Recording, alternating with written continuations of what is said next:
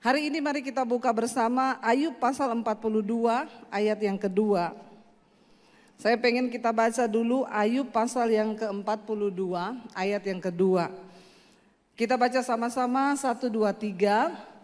Aku mengetahui bahwa engkau dapat melakukan segala sesuatu dan tidak ada rencanamu yang gagal.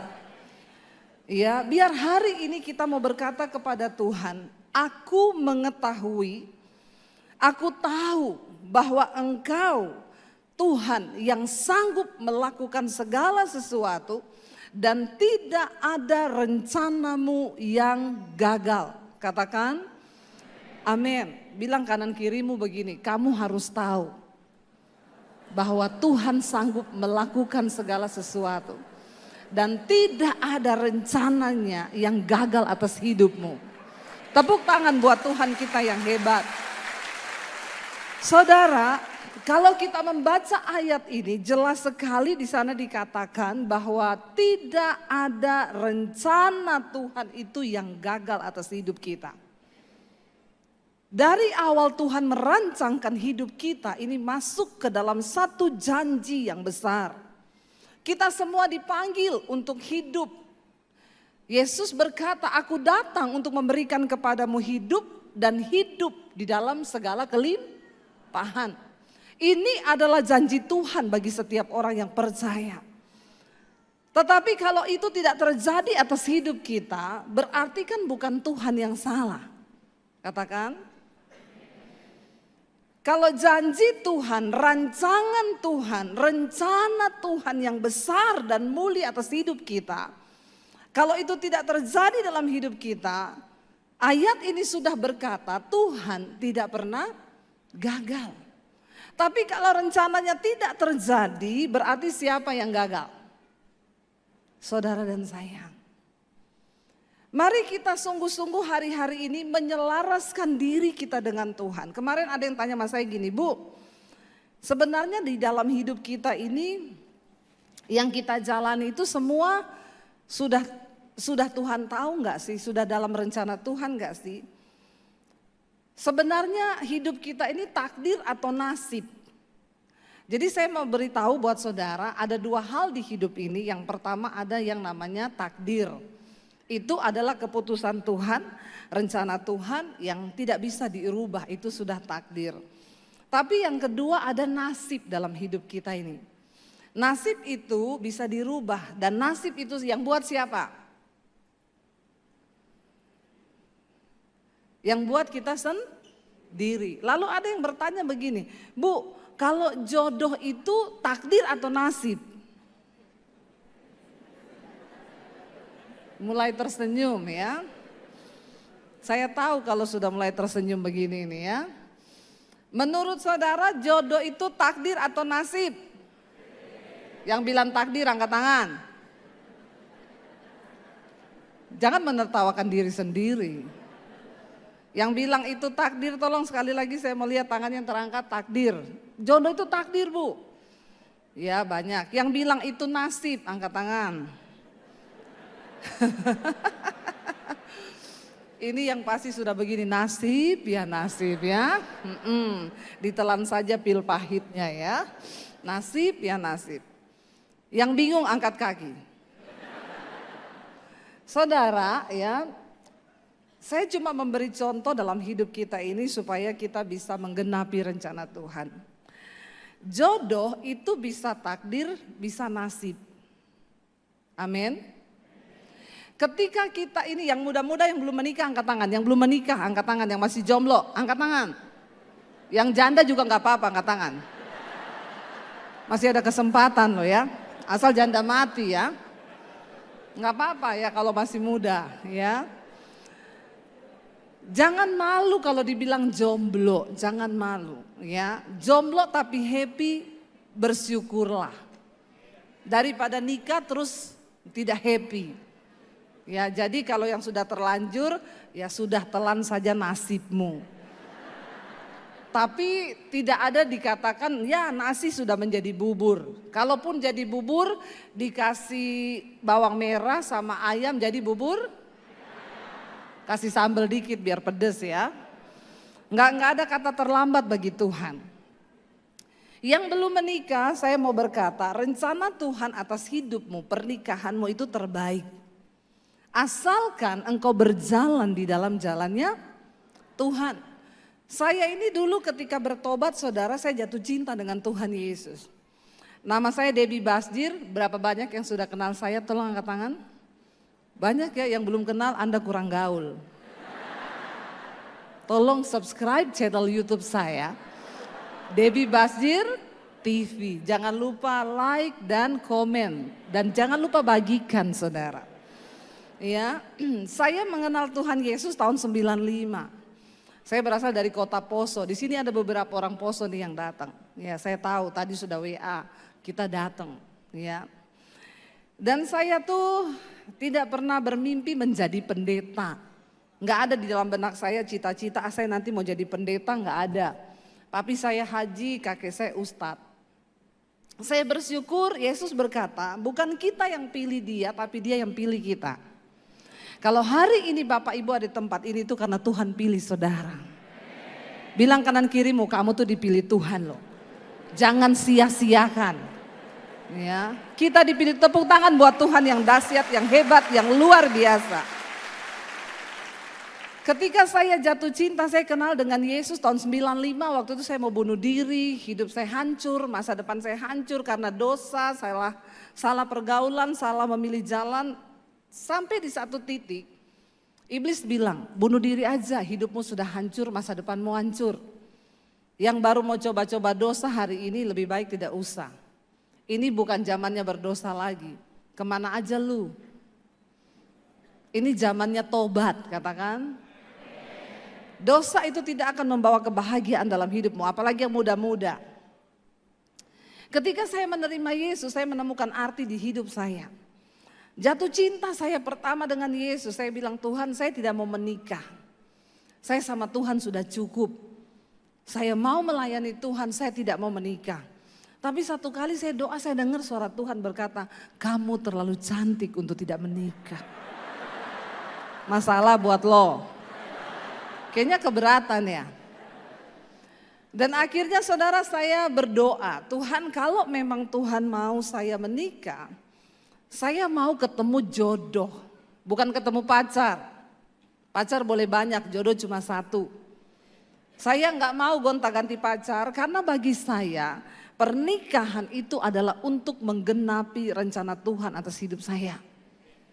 Kalau calon suami saya atau calon istrimu tidak mau menggenapi rencana Tuhan atas hidupmu, putus saja, bilang. Kenapa ya? Kok tertawa ya? Yang muda-muda kalau engkau tahu pacarmu itu tidak cinta Tuhan, enggak mau ke gereja, tidak suka hal-hal yang rohani, putus saja dalam nama Yesus. Jangan engkau pertahankan. Saya cuma mau bilang sama saudara, cinta itu pret. Amin. Cinta itu pret, ya. Yang benar itu kasih. Ketika saya jatuh cinta dengan Tuhan, saya menyerahkan hidup saya kepada Tuhan. Tahun 95 saya terima Yesus, 96 saya diusir dari keluarga saya. Tapi saya bilang kalau kamu pilih Yesus, kamu angkat kaki dari rumah, jangan anggap kamu punya keluarga. Tapi karena saya sudah berjumpa dengan pribadi Yesus, saya mengalami perubahan hidup, saya mengalami Tuhan mengubahkan hidup saya. Yang Rasul Paulus berkata tidak ada satupun yang bisa pisahkan aku dari kasih Kristus. Entah itu kelaparan, aniaya, ketelanjangan apapun tidak akan bisa pisahkan aku dari kasih Kristus. Itu benar-benar saya alami saudara. Makanya saya berdoa semua kita di tempat ini malam ini jangan cuma jadi Kristen KTP. Nanti kalau Tuhan datang cuma KTP-mu yang terangkat. Kenapa KTP-ku naik ke surga? Malaikat bilang iya karena yang Kristen hanya KTP-mu.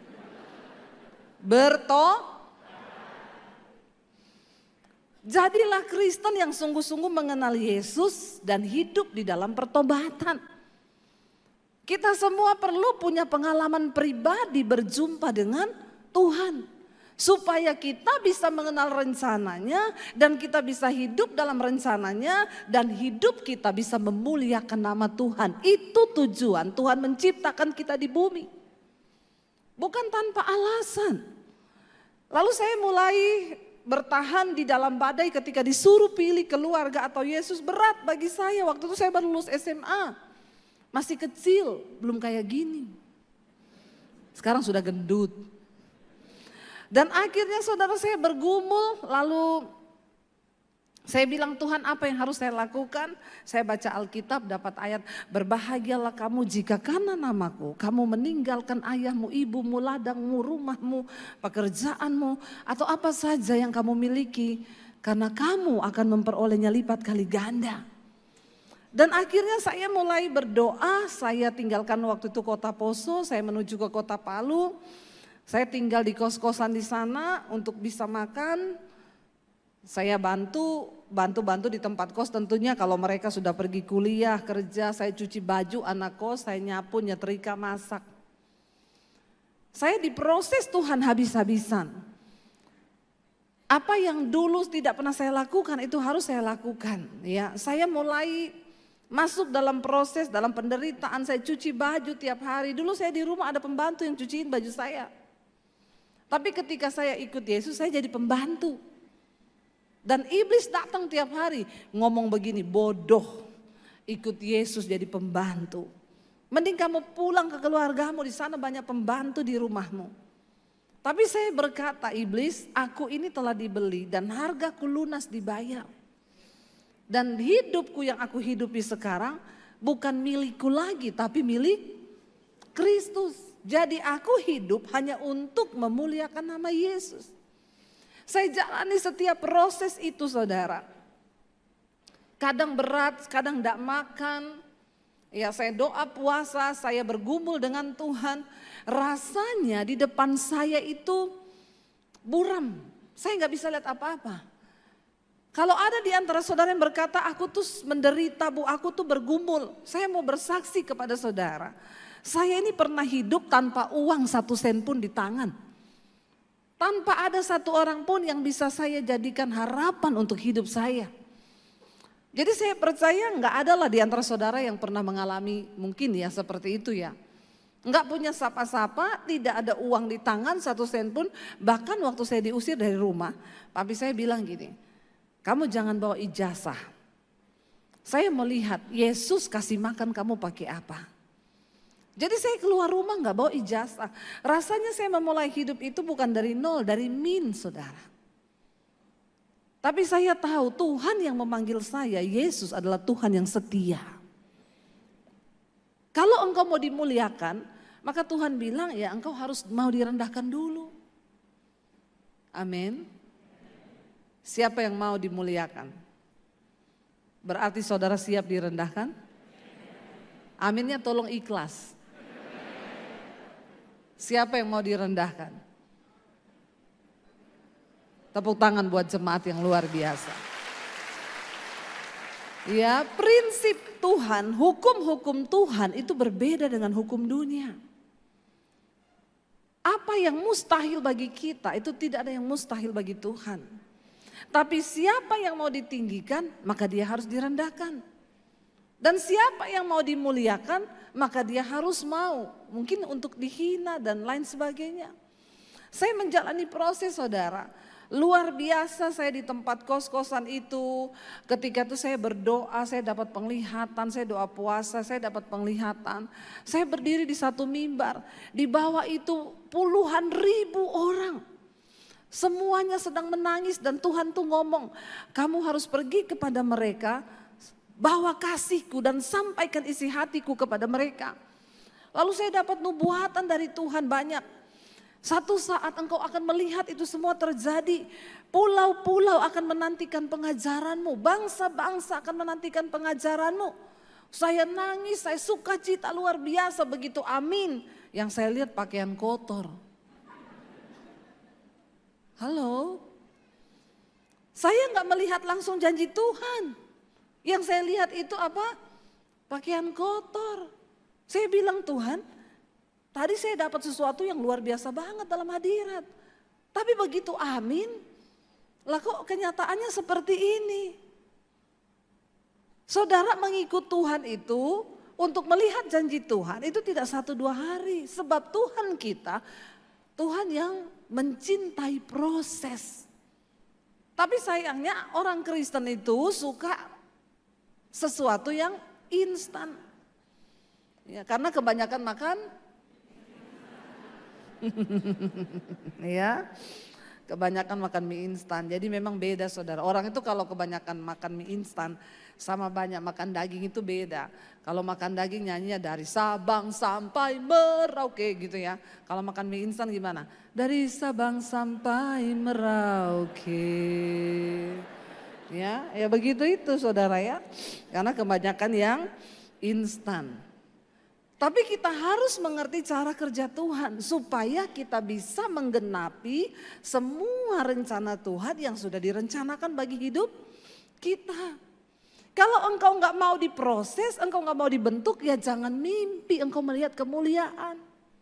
Amin. Makanya saya berdoa hari ini, kalau ada di antara saudara yang belum diproses, saya doakan Tuhan proses dia. Jangan ditengking loh. Ya, biar Tuhan proses supaya apa? Kita bertumbuh di dalam Tuhan, kita tahu rencana Tuhan, semakin engkau diproses, semakin besar kemuliaan yang akan engkau lihat. Makanya kalau ada masalah datang, jangan buru-buru ditengking. Jalani aja dulu sebab Tuhan punya time limit. Dan Tuhan tuh lebih suka, dia lebih tertarik membentuk hidup kita, mengubah karakter kita daripada hanya sekedar menjawab doa-doa kita. Karena kalau Tuhan hanya menjawab doa kita, lalu kita nggak ngerti maksudnya, kita nggak dibentuk menjadi seperti yang dia mau, sia-sia. Makanya kalau ada orang datang sama saya, Bu doakan Bu, saya punya masalah, doakan biar apa? Biar cepet-cepet dapat jalan keluar. Enggak. Ya, lah terus saya berdoa supaya di balik masalah yang engkau hadapi ini engkau mengerti maksud dan rencana Tuhan. Bagi Tuhan menjawab persoalan kita itu hanya semudah dia berfirman. Enggak ada yang sulit. Dia menciptakan bumi dan alam semesta itu cuma berfirman. Jadilah terang, maka jadilah, jadilah malam, jadilah laut, jadi. Apa yang mustahil bagi Tuhan? Enggak ada. Tapi yang menjadi sulit bagi Tuhan itu adalah mengubah sikap hati dan cara pandang kita menjadi seperti yang Tuhan mau. Karena kita punya cara pandang sendiri. Maka dari itu Rasul Paulus berkata, yang aku rindukan ialah berada di dalam Kristus dengan kebenarannya dan bukan dengan kebenaranku sendiri. Mari kita tanggalkan semua kebenaran kita. Buang jauh-jauh. Ya, dulu kita kalau difitnah, dihina, kita keluar ya. Udah harga dirinya gitu, belum tahu dia. Belum tahu dia siapa saya. Ya, belum tahu kau. Saya enggak bisa loh dihina. Di mana harga diriku? Piro harga dirimu, piro? Hello? Kita ini sudah tidak ada harga lagi sebab kita telah ditebus dan harganya lunas dibayar. Dan karena itu hidup kita bukan milik kita lah lagi. Mau difitnah, mau dihina, puji Tuhan, haleluya, terima kasih Tuhan. Jangan amin-amin di sini loh. Pulang di rumah lakukan. Ya, ada keluarga yang memfitnah, ada orang lain yang merendahkan, kita merasa dirugikan. Enggak usah cari keadilan kepada manusia, datang di kaki Tuhan. Karena Alkitab berkata, ya, orang yang merendahkan diri dia akan ditinggikan oleh Tuhan. Tapi orang yang meninggikan diri dia akan direndahkan. Mari kita rendahkan diri serendah-rendahnya supaya tidak ada lagi yang bisa merendahkan. Ya, jadi orang gak usah sombong. Ya, kita jalani aja hidup ini. Saya menyadari bahwa kita ini hanya hamba. Makanya waktu saya mau ke sini ditelepon dari panitia, Bu nanti kita beliin ibu tiket bisnis kelas Garuda. Saya bilang gak usah, batik aja ekonomi. Sama-sama nyampenya. Emang beda nyampenya ya. Kita harus tahu saudara, dari mana kita ini berasal.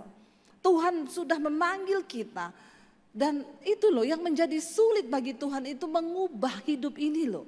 Mengubah sikap hati kita, prinsip-prinsip kita. Makanya Rasul Paulus berkata, aku ingin berada dalam Kristus bukan dengan kebenaranku, tapi dengan kebenaran Kristus. Kalau kita sadar kita diciptakan untuk menggenapi rencana Tuhan tadi yang tidak pernah gagal, maka kita harus menyelaraskan diri dengan Tuhan. Makanya saya bilang 2023, saudara jangan bawa proposal sama Tuhan. Ya bawa 1, usahaku diberkati, 2, rumah tanggaku diberkati, 3, anakku diberkati, 4, cucuku diberkati, 5, tokoku 1 jadi 5. Saudara bawa kertas kosong. Jangan engkau bawa proposal sama Tuhan terus engkau bilang, ya Tuhan tanda tangan cepet. Kadang-kadang kita ini orang Kristen ya kurang ajar loh sama Tuhan loh. Kan harusnya kita bawa kertas kosong, Tuhan ini kertas kosong. Tulis semua rencanamu atas hidupku, nanti aku yang tanda tangan Tuhan. Apa yang Tuhan mau atas hidupku, aku tanda tangan hari ini. Itu namanya kita bersepakat dengan Tuhan. Tuhan sudah berfirman kepada bangsa Israel, aku memberikan kepadamu janji-janji yang begitu berharga. Negeri yang berlimpah susu dan madu. Aku akan menghalau orang Amori, orang Het, orang Feris, orang Yebus. Mereka semua akan aku musnahkan di depanmu. Tapi syaratnya kalau engkau mau dengar-dengaran kepada perintah Tuhan. Ketika mereka memberontak waktu Yosua mati, bangsa ini kelimpungan saudara, mereka tidak ada lagi pemimpin rohani. Saat itu mereka tidak tahu kepada siapa mereka harus mendengar. Tuhan berkata, engkau masuki semua negeri itu, halau semua penduduk orang Kanaan. Mereka tidak melakukan. Mereka masuk ke negeri itu tapi mereka enggak menghalau penduduk di Kanaan. Dan saudara tahu itu yang pada akhirnya berubah menjadi bumerang yang akhirnya menjerat bangsa Israel sehingga mereka meninggalkan Tuhan. Mereka menikah dengan perempuan-perempuan Kanaan yang tidak takut akan Tuhan. Mereka jatuh dalam persinahan. Mereka jatuh dalam segala hal yang tidak berkenan pada Tuhan. Sehingga Tuhan berkata, tadinya aku sudah berjanji untuk menghalau semua musuh-musuh itu dan memberikan tanah itu kepadamu. Tapi karena engkau memilih untuk tidak taat kepadaku, maka hari ini engkau akan berhadapan dengan musuh-musuhmu dan aku tidak akan menyertai engkau. Ketika mendengar itu bangsa Israel menangis dan mereka bertobat di hadapan Tuhan. Dan ketika mereka bertobat barulah Tuhan bisa melakukan lagi. Makanya Alkitab berkata bukan tangan Tuhan yang kurang panjang untuk menolongmu. Bukan telinganya yang kurang tajam untuk mendengar doamu. Tetapi yang menjadi penghalang adalah dosamu.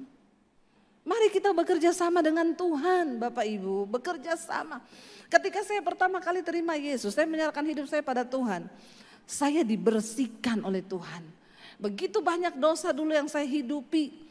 Saya ini orang yang kepahitan, saya orang yang berbuat banyak dosa. Tapi waktu saya terima Tuhan, saya baca Alkitab. Saya berkata, Tuhan bersihkan aku. Bersihkan hidupku dan ketika dibersihkan itu tidak enak. Ya, dulu kita sombong, harus belajar merendahkan hati. Ketika difitnah dulu kita marah, sekarang kita nerima. Dan berkata biar pembalasan itu adalah milikmu Tuhan. Ketika Tuhan mau bentuk aku Tuhan. Saya yakin saudara, kalau semua kita menyadari akan hal yang seperti itu, maka enggak ada lagi dalam rumah tangga kita ribut-ribut. Antara mertua dan ipar ribut-ribut, amin. Karena kita menyadari Tuhan yang terpenting dalam hidup ini. Ada orang datang sama saya, Bu, mertua sama ipar saya itu loh Bu. Kenapa? Tiap hari Bu, nyakiti saya terus. Memang ya itu lidah mertua. Saudara, Tuhan tuh bilang musuh kita tuh bukan darah dan daging. Tetapi roh yang ada di udara. Saya bilang lepaskan pengampunan, sudah Bu. Tiap hari kalau mereka bikin jahat saya lepaskan pengampunan terus. Lalu dia tanya, sampai kapan Bu, sampai kapan? Saya bilang, sampai kau tidak tersakiti lagi dengan ulah mereka. Waduh, nah itu yang sulit. Nah itu, kalau kamu tidak tersakiti lagi, itu baru kamu lulus. Tapi kalau masih tersakiti berarti belum lulus. Amin saudara. Saya ini pernah kepahitan saudara. Oh saya kepahitan. Kepahitannya sama pendeta lagi. Jangan kepahitan, ya. Rugi, hidup ini sudah pahit. Kau minum kopi pahit, makan daun pepaya, maka tambah. Jangan mau yang pahit, ya. Saya kepahitan saudara sama pendeta. Saya merasa saya tidak salah. Saya diperlakukan dengan tidak adil saudara. Pelayanan saya ditutup. Lalu saya nggak bisa berdoa, saya pahit sama dia. Orang itu kalau kepahitan tiap hari dia ingat. Sebenarnya mirip sama orang jatuh cinta. Iya, orang jatuh cinta tuh tiap hari dia ingat. Orang pahit juga tiap hari dia ingat. Iya apa iya? Siapa yang lagi kepahitan di sini? Nggak ada ya? Nggak ada yang ngaku ya? Ya, jadi sama, ingatnya tiap hari itu sama. Saya lagi masak, saya ingat dia. Goreng ikan di penggorengan mukanya dia saudara. Bayangkan itu. Saya lagi ulek cabai, itu diulekan mukanya dia. Sampai saya ulek itu cabai, sampai biji-bijinya halus. Karena bayangan saya tuh mukanya dia. Semangat saya ulek, memang kau ya. Tapi apa yang terjadi? Nggak ada damai sejahtera. Saya nggak bisa berdoa. Ya, saya nggak bisa berdoa, pengennya marah-marah, emosi, tersinggungan. Ini mulai masuk kepada sakit jiwa stadium awal. Orang tuh kalau marah-marah, kepahitan tuh engkau sakit jiwa loh. Tapi stadiumnya masih awal. Kalau udah mulai banting-banting barang, nah itu mulai stadium 2. Kalau mulai melukai diri, stadium 3 ini. Hati-hati, hati-hati saudara, jangan sepelekan. Lalu satu kali saya lagi masak, hati saya nggak damai. Tiap hari iblis bayangin mukanya dia. Dan setiap kali iblis bayangin mukanya dia, saya marah, saya kecewa. Itu hormon kortisol langsung keluar semua saudara. Naik, darahnya mengental, jadi hitam loh. Saudara yang marah-marah, kecewa, tertekan, pasti hormon kortisolmu tinggi, darahmu mengental, jadi hitam. Jadi kalau ada di sini bapak-bapak yang marah-marah, ibu-ibu tolong ingetin, darahmu hitam. Kortisol naik, bertobat. Ngomongin gitu aja, bener ini bener. Lalu saudara akhirnya saya tiba-tiba dengar suara Tuhan tuh ngomong gini, masuk ke kamar berdoa. Saya masuk di kamar, saya bilang, doa apa Tuhan? Lepaskan pengampunan. Sama siapa Tuhan? Sama orang itu. Nggak bisa. Ini orang kebangetan loh Tuhan. Saya tuh nggak salah loh Tuhan. Orang ini salah loh Tuhan. Tuhan bilang, kamu nggak punya pilihan. Lepaskan pengampunan. Aku yang mengizinkan semua itu terjadi. Akhirnya saya mulai nyanyi, saya mulai nangis saudara. Ya, lalu saya bilang, Tuhan saya mau, tapi saya tidak mampu Tuhan mengampuni orang ini. Saudara, kesanggupan kita itu adalah pekerjaan Tuhan di dalam kita. Waktu engkau bilang kau mau, maka Tuhan yang akan memampukan. Saya cuma bilang begitu, saya nangis Tuhan, aku mau Tuhan, tapi aku tidak mampu Tuhan. Ini orang jahat sekali. Tiba-tiba saya melihat, saya dapat penglihatan, saya berdiri di satu terowongan. Terowongan itu sempit dan bentuknya badan saya, bentuknya kepala saya, hanya ada beberapa senti di kanan kiri dan di depan itu ada cahaya. Lalu ada suara yang bilang begini, kamu harus melewati terowongan itu, keluar dari sini. Jangan banyak gerak, jangan banyak tingkah supaya kepalamu nggak kejepit, kamu mati. Lagi di dalam terowongan itu, ayat itu saudara tiba-tiba berbicara. Sebab lebarlah jalan yang menuju kepada kematian dan banyak orang yang memilih untuk melaluinya. Tetapi sempitlah jalan yang menuju kepada kehidupan dan sedikit orang yang mau melaluinya. Saya baru dibukakan pengertian ayat itu, saya pikir itu ayat berbicara tentang jalan. Jalan yang lebar dan jalan yang sempit. Ternyata itu bentuknya terowongan dan sesuai dengan bentuk dan ukuran badan kita. Itu yang namanya jalan yang sempit yang menuju kepada kehidupan. Saya bilang Tuhan saya nggak mampu, kamu harus mampu. Akhirnya saya melewati terowongan itu, saya lurus begini, saya berjalan pelan-pelan. Sambil di situ saya bercucuran air mata dan saya berkata, Tuhan aku mengampuni dia Tuhan. Tuhan bilang sebut namanya. Enggak mampu mulut saya menyebut namanya. Saya bilang mampukan saya Tuhan. Lalu Roh Kudus mampukan saya sebut namanya berulang-ulang dengan bercucuran air mata. Saya berdoa, saya mengampuni engkau, saya sebut namanya, aku memberkati engkau. Itu saudara kayak ada sesuatu yang lepas dari hidup saya. Dan ketika saya melepaskan pengampunan, Tuhan baru bisa bekerja di dalam hidup kita. Untuk menggenapi semua rencananya. Ketika pandemi datang, saya itu udah gak tahu mau bagaimana. Waktu saya bilang sama suami, yang terburuk adalah kita jual rumah di Jakarta, kita pulang ke Solo. Karena suami saya orang Solo, saya Sulawesi. Ya, saya bilang kita jual rumah di Jakarta, kita pulang ke Solo. Karena nggak ada pegangan hidup. Pandemi datang, kami berdua itu hidup melayani Tuhan, full heart dan full time. Tapi bukan full time di satu gereja dan digaji. Kami benar-benar hidup dengan iman. Saya itu baru menyadari sekarang ini, kok yo kita ini orang Jawa bilang tuh yo kok kewanen yo. Kita ini nggak ada slip gaji loh tiap bulan. Benar-benar hidup bergantung dari Tuhan. Sampai kalau mau kredit apa-apa di bank ditanya, slip gajinya mana Bu? Nggak ada. Loh ibu ini ada gaji? Ada. Kenapa nggak ada slipnya? Nggak ada. Gajinya dari mana? Dari sorga Mas. Terusnya Masnya bilang, lah terus slipnya dari mana Bu? Slipnya dengan iman Mas. Dia bilang kebetulan bank belum terima slip dengan iman Bu. Karena pemimpin kami tidak beriman. Jadi tidak bisa. Jadi saya ini setiap kali mau beli apa-apa enggak bisa kredit saudara. Karena memang enggak ada slip gaji. Saya tuh baru menyadari, iya ya kita berdua ini hidup tanpa slip gaji loh. Tapi disitulah kami melihat kebesaran Tuhan yang dahsyat dan luar biasa dalam hidup kami.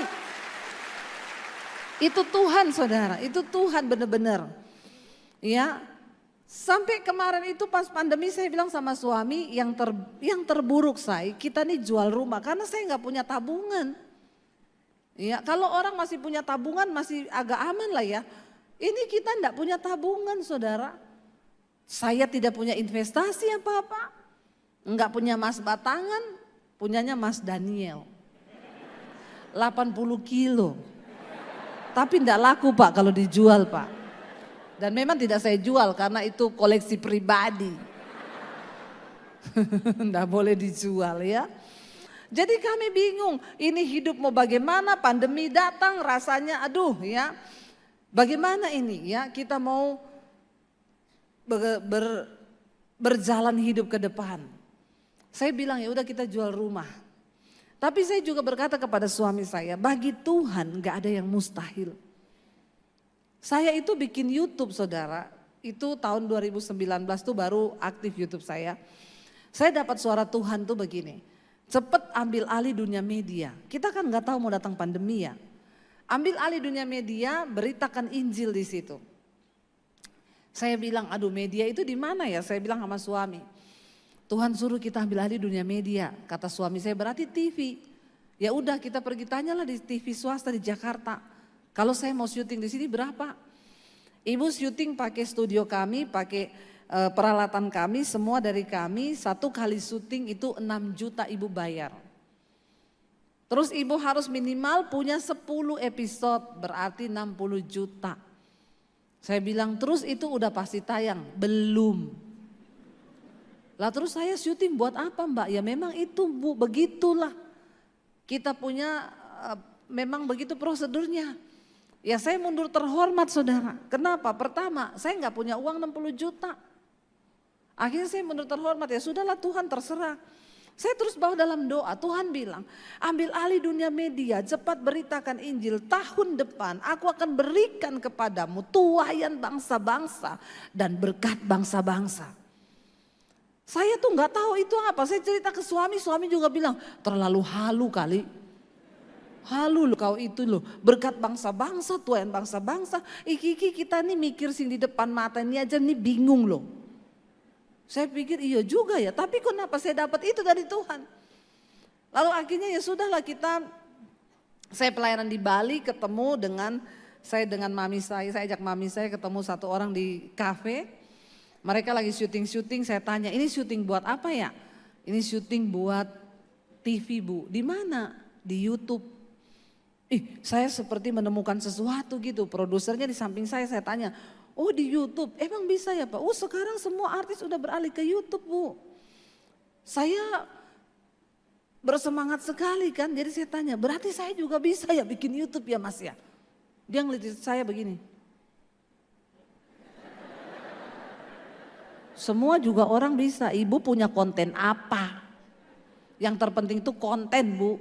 Saya bilang biasa aja keles. Orang saya cuma tanya loh, ngajak berantem ya ini Mas ini ya. Akhirnya saya bilang, Mas, dia lagi buka YouTube, coba lihat, ketik di YouTube nama saya Mas Debbie Basir. Emang ada, ketik aja. Apa? Saya ajuin, Delta Echo Bravo Bravo Yankee. Dia ketik saudara, Debbie Basir, oh ibu ini pengkhotbah, ibu ini pendeta ya, iya. Ini ada sih khotbah ibu tuh yang nonton sampai ratusan ribu. Berarti saya bisa bikin YouTube. Bisa Bu, bisa banget, berarti ibu sudah punya nama di YouTube. Baru dia tersenyum kepada saya. Akhirnya saya pulang, saya cerita sama suami saya dapat apa? Media apa? YouTube. Suami saya bilang, opo meneh iki. Udah kita bikin aja pakai handphone bisa, pakai iPhone. Ayo kita syuting, ayo kita. Saya bersemangat. Akhirnya kita mulai syuting. Saudara, ketika pandemi datang, siapa yang tahu gereja tutup, orang nggak boleh beribadah. Channel YouTube saya sehari itu menambah subscribe satu hari 1000 setiap hari. Kok enggak wow ya? Wow loh saudara, wow. Wow. Ketahuan gak punya channel YouTube ya? Kalau punya pasti tahu sulitnya cari satu subscribe itu. Auzubillahi minasyaitonirrahmanirrahim. Susah sekali cari subscribe. Nah punya saya di pandemi itu naik satu hari 1000. Waktu apalagi mulai ada mesbah doa satu hari 1000. Sekarang 630 ribuan subscribe. Saya berdoa tahun ini 1 juta saudara. Bukan itu yang menjadi kebanggaan saya saudara. Tiba-tiba yang tadinya kami mau jual rumah, enggak jadi jual rumah. Saya malah beli rumah lagi, bangun studio DBTV di Jakarta. Wow enggak? Bukan cuma wow. Tuhan itu sanggup mengubah.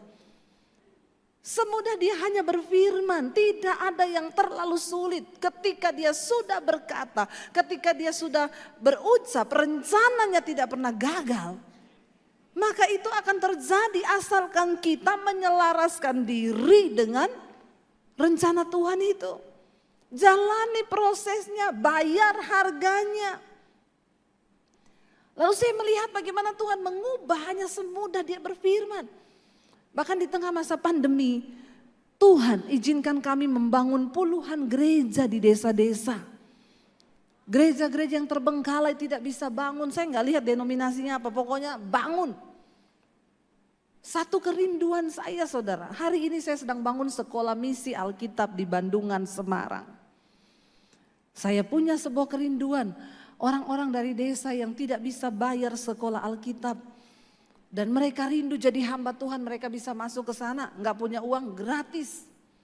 Setelah itu mereka kembali ke desa-desa untuk memenangkan setiap desa dan kota bagi kemuliaan Tuhan. Loh saudara, siapa saya ini loh, siapa? Tapi benar ayat tadi berkata, aku tahu bahwa Engkau ya Tuhan. Ya. Aku tahu bahwa Tuhan itu dapat melakukan segala sesuatu dan tidak ada rencananya yang gagal. Ayo imani ayat ini, perkatakan ayat ini.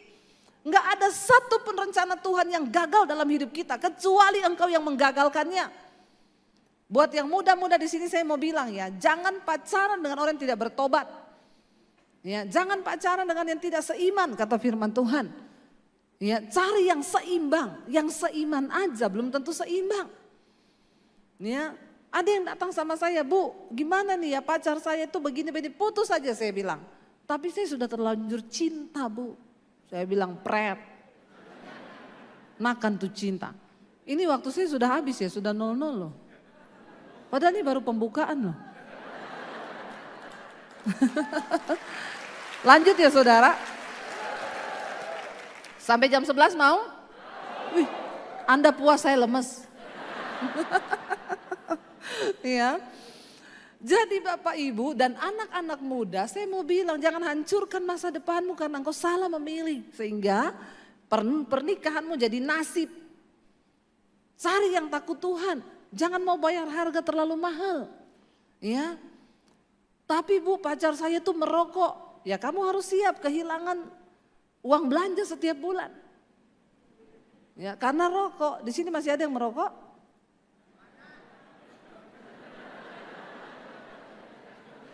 Enggak usah angkat tangan, enggak usah. Saya bisa lihat dari sini yang masih merokok ini. Kepalamu ada asap. Ya. Jangan merokok. Nanti tanya, ayatnya di mana, Bu? Di mana di Alkitab ditulis? Tidak ada di Alkitab, di pom bensin besar.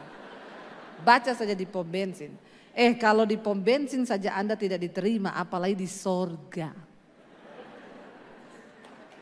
Amin. Ada orang Ambon kejar saya di mall waktu di Jakarta.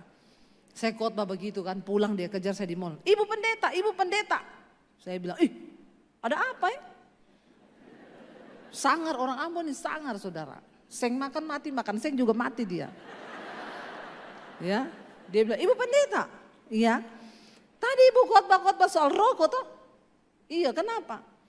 Saya tuh paling jengkel kalau ada pendeta. Beta jengkel kalau ada pendeta khotbah soal rokok. Emangnya beta beli rokok itu minta uangnya pendeta?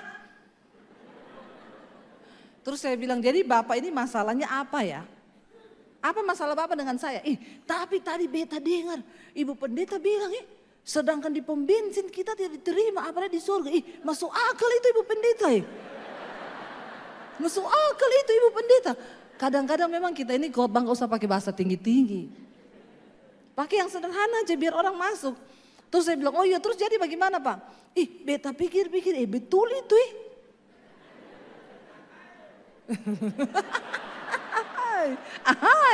ini pasti yang ketawa itu merokok itu.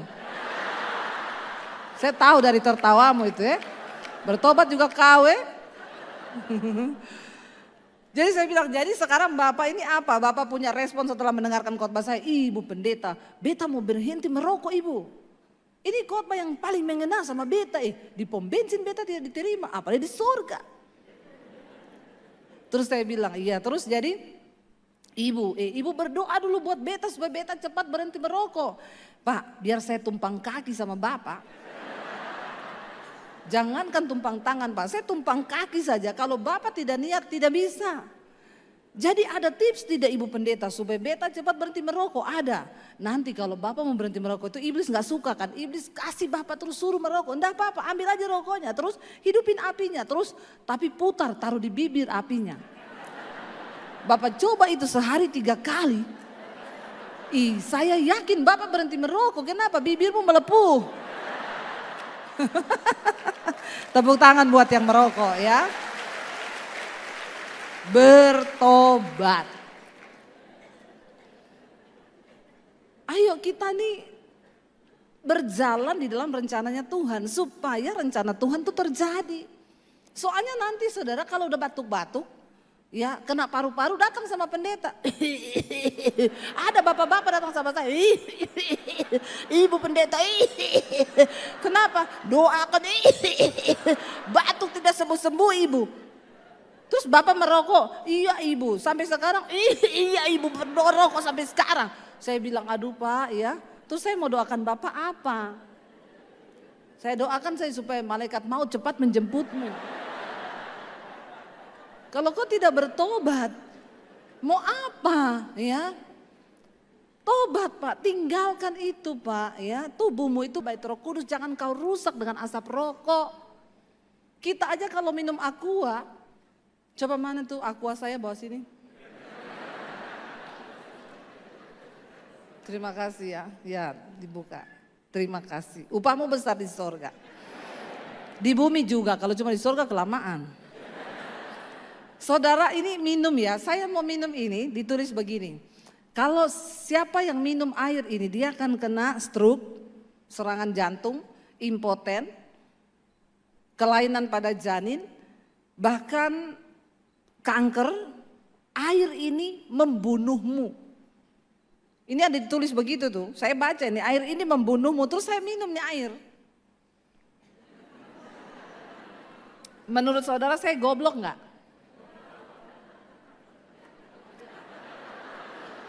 Jangan kau mengusik hamba yang diurapi. Ya, kita kalau beli makanan, saudara beli makan di supermarket, saudara lihat tanggal kadaluarsanya kan? Kenapa? Takut keracunan. Lah orang itu dirokok ditulisin, siapa yang merokok kena kanker, serangan jantung, impoten, stroke, bahkan rokok itu membunuhmu. Lah kok yo merokok loh, goblok gak? Nggak usah pakai bahasa yang manis-manis sekarang. Yang merokok itu goblok kan? Jadi cewek-cewek kau pacaran sama pria goblok? Wanita super hanya untuk pria super.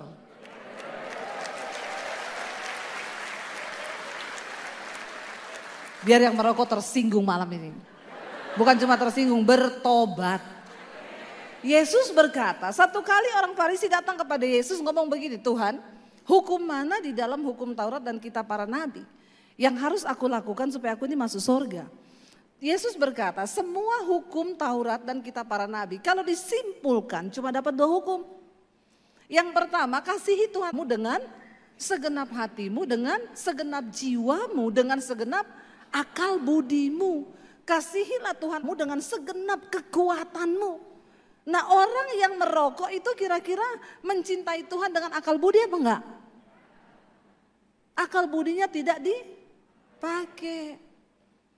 Ya dipakai dong, tubuhmu ini bait Roh Kudus. Kita hidup normal aja jaga kesehatan juga masih bisa sakit. Apalagi kalau kita sengaja merusak. Lalu datang ke pendeta minta didoakan. Saya bilang enggak usah pak, terusin aja rokokmu sampai kau mati pak. Ya, enggak usah main-main sekarang sama jemaat itu. Kita kasih tahu yang benar, tobat, bertobat supaya hidupmu itu diberkati Tuhan. Rencana Tuhan akan terjadi waktu kita bersepakat dengan rencana itu. Dan berkata aku akan mengejar rencana itu. Anak-anak muda dengar baik-baik. Tuhan punya rencana yang besar bagi hidupmu. Tidak ada perkara yang sulit bagi Tuhan. Asal engkau mau berjalan di dalam kekudusan dan kebenaran.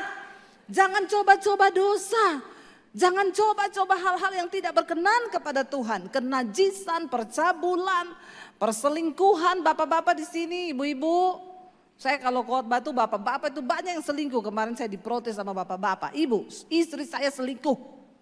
Ibu kalau khotbah cuma ngomong bapak-bapak terus. Ada yang protes saudara. Ya, ibu ngomong istri-istri juga karena istri saya selingkuh ibu. Oh iya pak, nanti akan saya tambah ibu-ibu. Karena memang bapak-bapak selingkuhnya sama.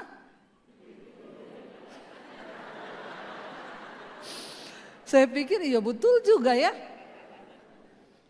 Tapi sekarang banyak yang aneh-aneh juga saudara, ibu-ibu, bu suami saya selingkuh bu.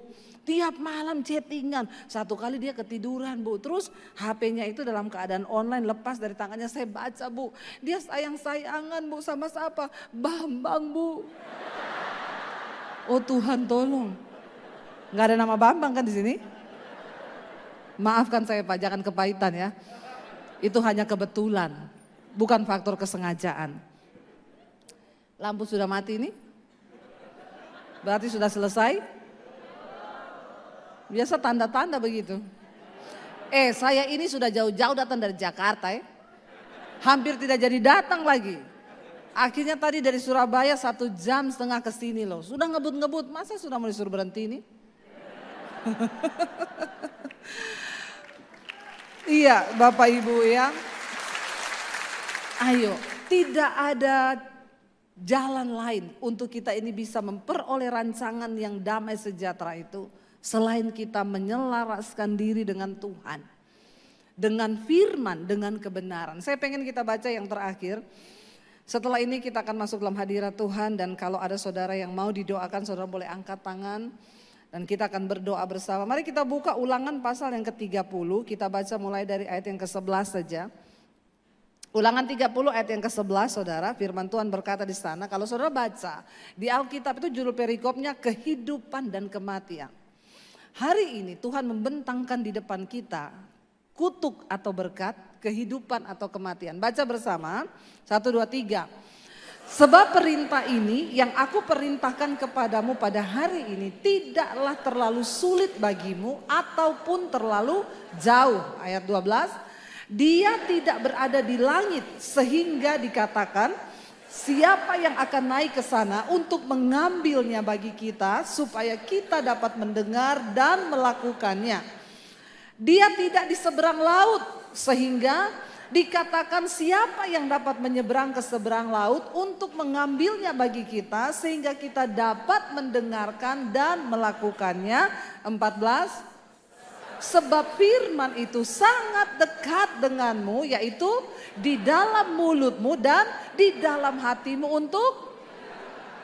Amin saudara.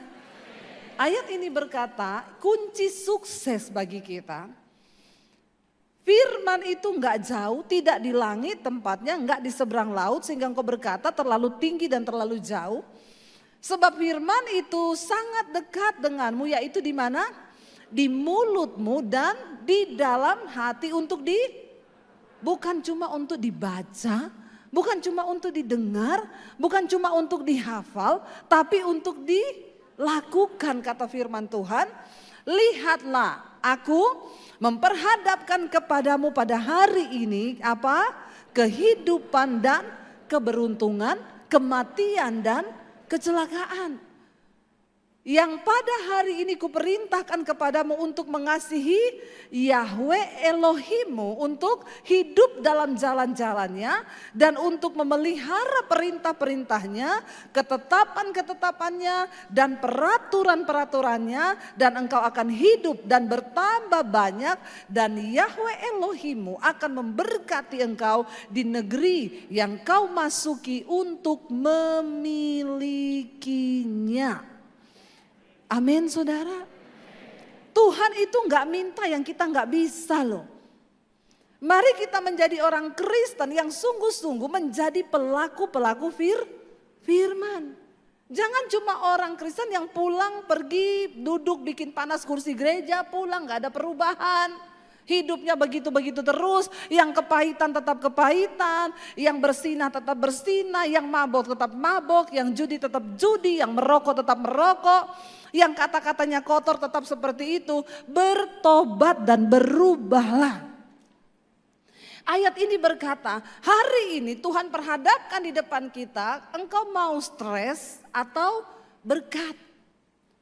Engkau mau diberkati atau engkau mau hidup dalam penderitaan? Hari ini Tuhan bilang, ku perhadapkan kepadamu ada kehidupan dan keberuntungan, tapi juga ada kematian dan kecelakaan. Berhentilah hidup di dalam kecelakaan karena salah pilih jalan, salah pilih jodoh, salah pilih pekerjaan, salah terus. Kenapa? Karena engkau tidak pernah belajar untuk hidup mengandalkan Tuhan. Hari ini bilang Tuhan, kami mau menjadi pelaku firman-Mu. Kami mau belajar karena kami tahu Tuhan yang lebih tahu apa yang terbaik bagi kami. Hari ini kita mau datang kepada Tuhan, saya undang para imam musik maju ke depan. Bapak Ibu, Tuhan sudah membentangkan rencana yang besar di depan kita. Saya tidak akan pernah bisa mengalami bagaimana apa yang saya alami hari ini kalau saya tidak bekerja sama dengan Tuhan untuk berjalan dan menggenapi setiap firman itu. Tuhan punya rencana yang besar atas hidupmu. Bagi Tuhan tidak ada yang sulit. Saudara butuh apa? Dia cuma berfirman loh. Saya ini bukan hanya bicara, saya mengalami Tuhan itu. Saya mengalami janji-janjinya. Tapi memang harus ada harga yang kita bayar. Datang di dalam ketaatan kepada Tuhan. Kita mau bilang malam ini, kami tahu Tuhan, Engkau yang lebih tahu apa yang terbaik bagi hidup kami. Mari bangkit berdiri bersama saudara di hadapan Tuhan. Angkat tanganmu di hadapan Tuhan. Kau lebih tahu yang terbaik bagiku. Kau lebih sanggup pulihkan hidupku. Ku berserah, ku percaya hanya Yesus penolong yang setia. Angkat tanganmu pada Tuhan. Kau lebih tahu yang terbaik bagiku. Kau lebih sanggup pulihkan hidupku. Ku berserah, ku percaya hanya Yesus penolong yang setia. Lebih lagi berseru kepada Tuhan dengan iman, katakan yes Lord, Kau yang lebih tahu Tuhan apa yang terbaik bagi hidup kami. Yes, Engkau yang lebih sanggup Tuhan untuk memulihkan hidup kami. Serah, ku percaya hanya Yesus penolong yang setia. Dengan iman saudara berseru, katakan pada Tuhan, Kau yang lebih tahu Tuhan. Tahu yang terbaik bagi kami Tuhan. Engkau yang lebih sanggup. Amin. Berserah, ku percaya hanya Yesus penolong yang setia. Biar musik saja, mari kita tutup mata dalam hadirat Tuhan. Katakan, Tuhan ampuni kami. Kalau selama ini kami berjalan dengan kekuatan kami sendiri. Kami tidak mengandalkan Tuhan.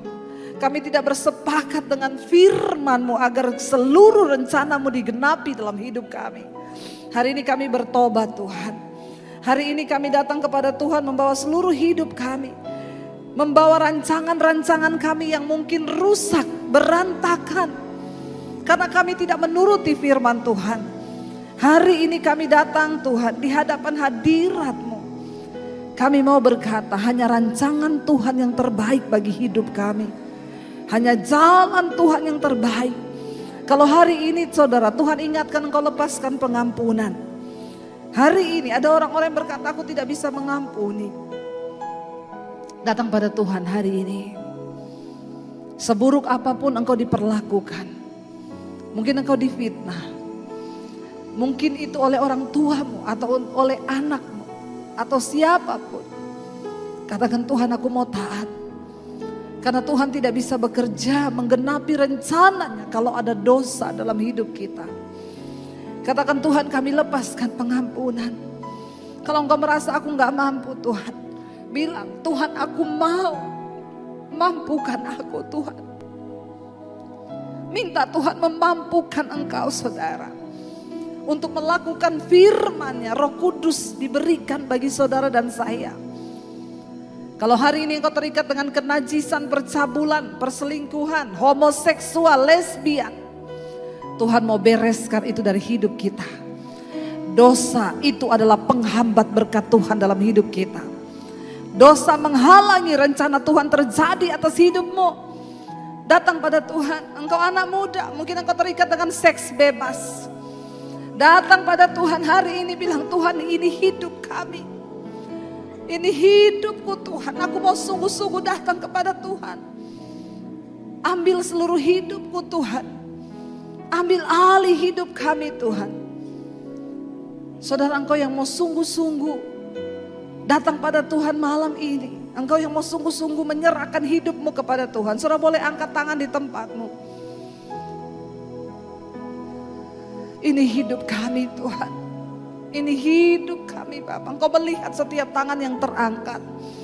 Tuhan, kami tidak punya kekuatan untuk menjalani hidup kami dengan kekuatan kami sendiri. Kami butuh Tuhan hari ini, setiap kami merendahkan diri di kaki-Mu, Bapak. Ini hidup kami, Tuhan. Ini hidup kami, Bapak.